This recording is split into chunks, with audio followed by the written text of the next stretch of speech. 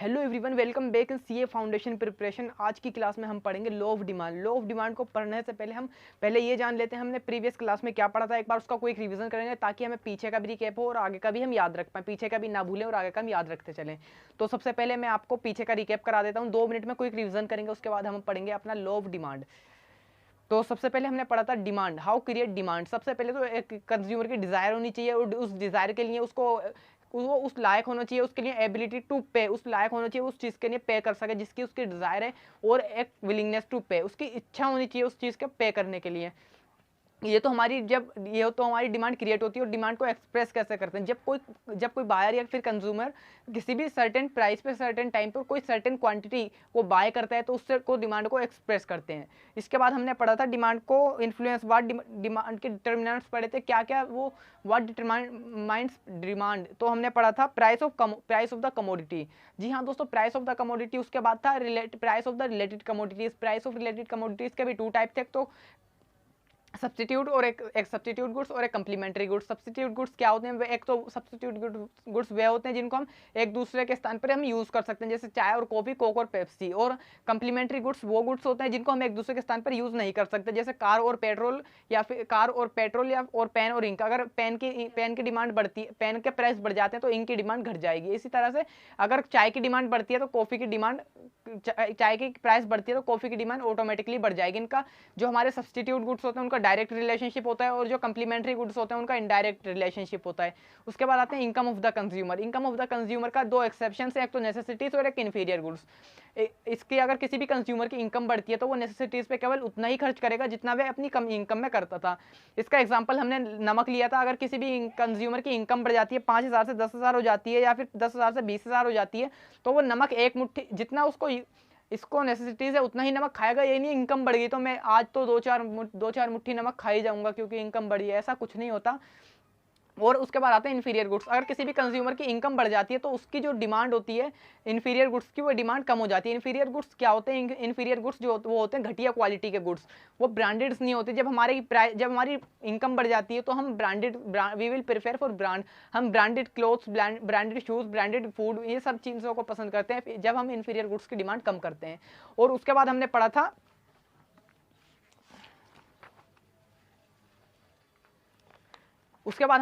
Habit, taste and preference. अगर कोई इंसान हैबिचुअल है किसी भी चीज़ का तो उसको वो चीज़ चाहिए, चाहे प्राइस कितने भी हो, और किसी भी इंसान का टेस्ट कितना है और प्रेफरेंस वो किस चीज़ को प्रेफर करता है, उनको वो चीज़ें चाहिए।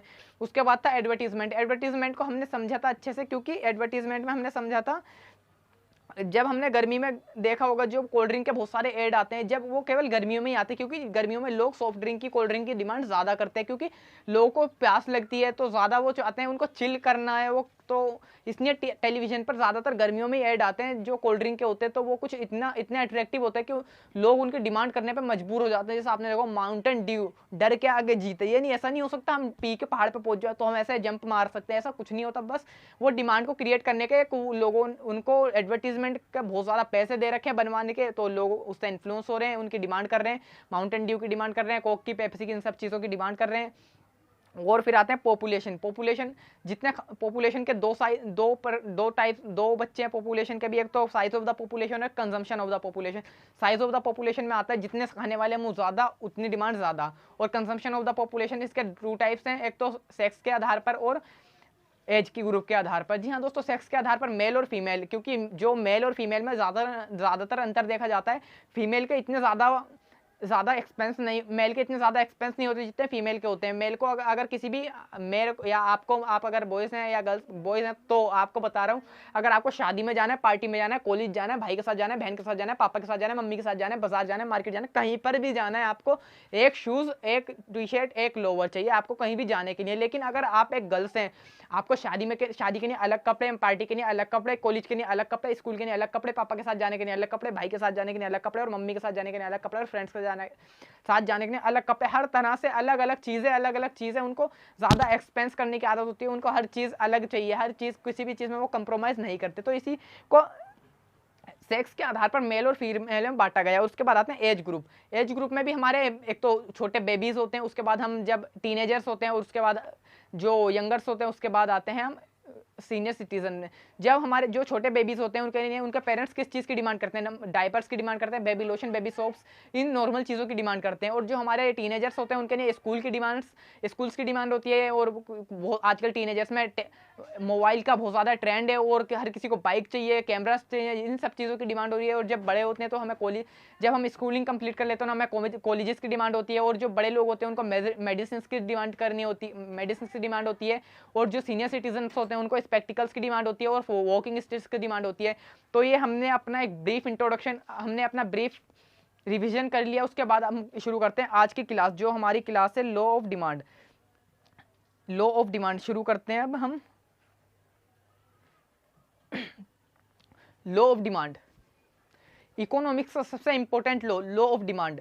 इसको अगर मैं समझाऊं आपको नॉर्मल भाषा में तो मैं आपको पहले थोड़ा सा पढ़ के सुनाता हूं, उसके बाद मैं आपको सब समझाऊंगा।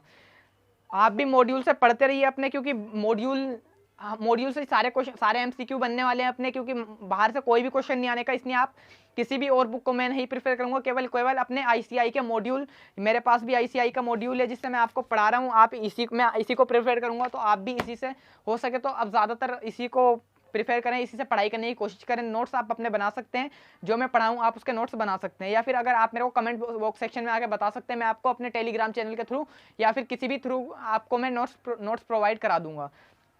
तो शुरू करते हैं law of demand. The law of demand is the one of the most important law of economics theory. यहाँ कहने का मतलब ये जो लॉ ऑफ डिमांड है वो इकोनॉमिक्स थ्योरी का बहुत ज़्यादा इंपॉर्टेंट लॉ है। क्यों? The law of states the nature of relationship between the quantity demand of product and it's price. जो ये हमारा जो लॉ ऑफ डिमांड इसका जो नेचर है ना, वो क्वांटिटी डिमांड और उसके किसी भी कमोडिटीज के प्राइस के रिलेशन को एक्सप्रेस करता है। तो according to the law of demand other things being equal, other things सबसे पहले जानते हैं law of demand, other things being equal. यहाँ पे एक बहुत ज्यादा इंपॉर्टेंट कुछ कोटेशन दे रखी है, other things being equal. Other things में क्या आते हैं? Price of another commodities, consumers income और क्लाइमेटिक कंट्रोल और पोल्यूशन, ये सब, और हैबिट टेस्ट एंड प्रेफरेंस, ये सभी आते हैं हमारे अदर थिंग्स में। इन सब चीज़ों में कोई बदलाव नहीं होगा, केवल किस चीज़ में बदलाव होगा? प्राइस में। अगर किसी चीज़ की प्राइस घटती है तो उसकी डिमांड ऑटोमेटिकली बढ़ जाएगी। लॉ ऑफ डिमांड में जो होता है इनवर्स रिलेशनशिप होता है प्राइस एंड क्वांटिटी डिमांड के बीच।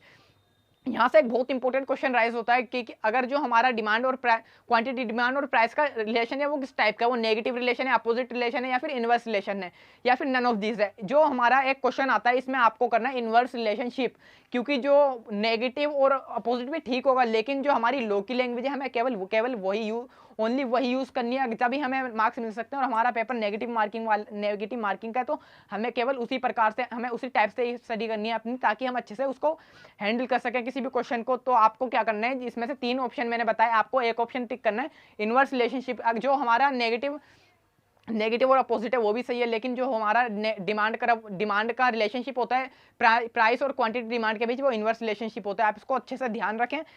तो मैं पढ़ के सुनाता हूँ। According to the law of demand other things being equal if the price of commodities falls, price of commodities falls, किसी भी कमोडिटीज का प्राइस गिर रहा है तो उसकी डिमांड बढ़ रही है। ऐसा क्या हो रहा है? प्राइस गिर रहा है, कमोडिटीज की डिमांड बढ़ रही है, तो यही होता है नेगेटिव रिलेशनशिप। एक चीज नीचे आ रही है, दूसरी चीज ऊपर आ रही है। प्राइस नीचे आ रहा है, कमोडिटी की डिमांड ऊपर जा रही है। और फिर इसके आगे the quantity demand for it will rise, the price of the commodity rise, the quantity demand will decline. अगर क्वांटिटी का प्राइस, अगर हमारी कमोडिटीज का प्राइस बढ़ रहा है तो उसकी डिमांड जो हो रही है वो डिक्लाइन हो रही है। तो यही होता है नेगेटिव इनवर्स रिलेशनशिप। अगर किसी भी चीज का प्राइस, किसी भी कमोडिटीज का प्राइस बढ़ता है तो उसकी डिमांड घटती है, अगर किसी भी कमोडिटीज का प्राइस गिरता है तो उसकी डिमांड बढ़ जाती है। तो ऐसा ही होता है लॉ ऑफ डिमांड में। और अदर थिंग्स में क्या आता है? अदर थिंग्स में आता है price of another commodity, price of related commodities और consumers income, habit taste and preference, climatic control और पॉपुलेशन, ये सब चीजें आती हैं हमारी अदर थिंग्स में। और इसके बाद हम पढ़ेंगे define of the law of demand. Law of demand को किसने डिफाइन किया था? एक हमारे प्रोफेसर ने श्री अल्फ्रेड मार्शल जी, उन्होंने लॉ ऑफ डिमांड को डिफाइन किया था। तो उन्होंने वो क्या कहते हैं, इसको बहुत ज्यादा अच्छे से समझने की जरूरत है। The greater amount to be sold, the smaller must be the price which is the offer to order. It may be find purchaser. In other words, the demand inverse increase the with fall in the price and diminishing with rise in price. उनका कहने का मतलब है अगर किसी को अपनी demand बढ़ानी हो, जितने से डिमांड बढ़ानी हो उतने से आप प्राइस कम कर दीजिए, आपकी डिमांड बढ़ जाएगी। डिमांड कम हुई, यहाँ प्राइस कम हुई, उतना वहाँ डिमांड ज़्यादा, यहाँ प्राइस ज़्यादा, यहाँ डिमांड कम। तो ऐसा होता है जब हमारी डिमांड कम हो, डिमांड अगर किसी की कम होती है तो वो प्राइस डिक्लाइन कर देता है और उसकी डिमांड बढ़ जाती है। आपने देखा होगा कभी कभी जो स्टॉक पड़ा रह जाते हैं शोरूम्स के अंदर, उसकी डिमांड कोई नहीं करता तो क्या करते हैं, वो एक सेल लगा देते हैं, 50% सेल और 50% डिस्काउंट, तो वो प्राइस घटा देते हैं, तो उसकी डिमांड अचानक से बढ़ जाती है और वो स्टॉक भी निकल जाता है। तो यहाँ पर श्री अल्फ्रेड मार्शल जी का यही कहना है कि अगर आपको अपनी डिमांड बढ़ानी है तो उससे पहले आपको अपना प्राइस कम करना होगा ताकि आपकी डिमांड बढ़ सके। तो इसका मतलब यही है। और उसके बाद आते हैं अपने डिमांड शेड्यूल की ओर। डिमांड शेड्यूल होता क्या है, सबसे पहले समझेंगे demand schedule. A demand schedule is a table which present the difference price and goods the corresponding quantity demand पर यूनिट टाइम। डिमांड शेड्यूल का मतलब है, डिमांड शेड्यूल एक टेबल होती है, उसमें अलग अलग एक ही क्वांटिटी के अलग अलग टाइम पे प्राइस दे रखे होते हैं और उसी के अकॉर्डिंग हमारी क्वांटिटी किसी भी कंज्यूमर की क्वांटिटी डिमांड को एक्सप्रेस किया जा सकता है क्वांटिटी और डिमांड शेड्यूल से। तो मैं आपको यहाँ पे एक टेबल लगाई है मैंने आपको स्क्रीन पर, जो मैं आपको दिखा रहा हूँ, जो मैं आपको पढ़ा रहा हूँ, वो सब आपको डिस्प्ले हो रहा है यहाँ पर। जो हमारी demand table number 1, demand schedule of an individual consumer. यह किसी मार्केट, यह कोई मार्केट डिमांड नहीं है, केवल एक इंडिविजुअल, ये मेरा हो सकता है, आपका हो सकता है, किसी भी एक इंडिविजुअल का डिमांड शेड्यूल हो सकता है। इस डिमांड शेड्यूल को अच्छे से समझने की कोशिश करिए ताकि आपको डिमांड कर्व और डिमांड के बारे में अच्छे से, लॉ ऑफ डिमांड को अच्छे से अंडरस्टैंडिंग क्रिएट कर सकें आप। तो यहाँ पर जब यहाँ पे हमें एक कमोडिटीज 5 टाइम दे रखी है, ABCDE, और उसके इसका प्राइस भी 5 टाइम दे रखे हैं। जो यहाँ पर प्राइस दे रखा है वो लगातार आपने नोटिस किया होगा वो डिक्लाइन होता जा रहा है, प्राइस कम होता जा रहा है और क्वांटिटी डिमांड हमारी इंक्रीज होती जा रही है। जैसे हमने अभी लॉ ऑफ डिमांड में पढ़ा, अगर किसी भी कमोडिटीज का प्राइस गिरता है तो उसकी डिमांड बढ़ जाती है, और अगर किसी भी कमोडिटीज का प्राइस बढ़ता है तो उसकी डिमांड घट जाती है। तो अब हम ये पहले एक बार ऊपर से देखते हैं कमोडिटीज ऐसे, प्राइस 5 है, क्वांटिटी डिमांड 10 है, प्राइस 4 है, क्वांटिटी डिमांड 15 है। इसी तरह से हम ई पे जब हम जब प्राइस 1 है तो उसकी क्वांटिटी डिमांड 60 है। ऐसा हो किसी भी कमोडिटीज का, जब उस कमोडिटीज का प्राइस 1 हो रहा है तो क्वांटिटी डिमांड 60 हो रही है, तो सबसे ज़्यादा डिमांड बढ़ रही है। अगर हम इसी को नीचे से देखें, जब ई से ए पर जाएं तो जब हमारा प्राइस 1 है तो 60 डिमांड, क्वांटिटी डिमांड 60 है, और जब हम 5 पर जा रहे हैं तो क्वांटिटी डिमांड 10। यही इनवर्स रिलेशनशिप है, आप देख सकते हैं। और उसके बाद मैं आपको पढ़ के सुनाता हूँ। फिर आते हैं हम डिमांड कर्व के ऊपर। डिमांड कर्व क्या होता है अच्छे से जानेंगे, पहले थोड़ा सा मैं आपको समझाता हूँ डिमांड कर्व, उसके बाद मैं आपको डिमांड कर्व अच्छे से समझाता हूँ। Demand curve is a graphical presentation of the demand schedule. It is obtained by plotting a demand schedule. We can now plot the demand data from a graph. जी हाँ दोस्तों, डिमांड कर्व कुछ नहीं है, बस जो हमारा डिमांड शेड्यूल है उसको एक ग्राफ के ऊपर रिप्रेजेंट करना ही डिमांड कर्व कहलाता है हमारा डिमांड कर्व। वो सबसे पहले जानते हैं डिमांड कर्व होता कैसा है। हमारा डिमांड कर्व जो होता है ना, वो हमारा डाउनवर्ड स्लोपिंग कर्व होता है फ्रॉम लेफ्ट टू राइट, और ये तो हमारा डिमांड कर्व होता है downward sloping curve from left to right. और जो हमारा डिमांड कर्व प्राइस और क्वांटिटी डिमांड का रिलेशन होता है वो होता है इनवर्स रिलेशन। उसमें मैंने आपको दिखा रखा है, जो हमारा एक्स एक्सिस है उस पर तो हमें क्वांटिटी डिमांड रिप्रेजेंट कर रखा है, और जो हमारा वाई एक्सिस है उस पर प्राइस रिप्रेजेंट हो रखा है। और उसके बाद जो ABCDEFG ये हमारा ये हमारा डिमांड कर्व है। जो हमारा डिमांड कर्व है वो है हमारा downward sloping curve from left to right. बच्चे इसमें बहुत ज़्यादा कंफ्यूज होते हैं, तो इसमें कंफ्यूज होने की कोई ज़रूरत नहीं है। जो हमारा डिमांड कर्व होता है वो होता है downward sloping curve from left to right, और जो होता है प्राइस और क्वांटिटी का रिलेशन होता है वो होता है इनवर्स रिलेशन। तो यह अच्छे से समझने की कोशिश करिए। Now we draw smooth curve with simple, this is point curve called a demand curve from commodity X. It has a negative slope. जी हाँ दोस्तों, ये एक नेगेटिव स्लोप होता है। The curve show the quantity that consumers would like to buy each price downward sloping curve. जैसा मैंने आपको बताया डिमांड कर्व होता है downward sloping curve from left to right, and demand increase यहाँ देखा रखा है। जो हमारे प्राइस है वो लगातार गिरते जा रहे हैं और जो हमारी डिमांड है लगातार बढ़ती जा रही है। तो डिमांड कर्व हमारा डाउनवर्ड स्लोपिंग कर्व होता है लेफ्ट टू राइट, ये हमने पढ़ लिया। उसके बाद आते हैं market demand curve. Market demand curve क्या होता है? सबसे पहले market demand curve is define as the sum of individual demand from a group from a product in at a price per unit time. In other words the total quantity that all consumers commodity are willing to buy per unit time at given price.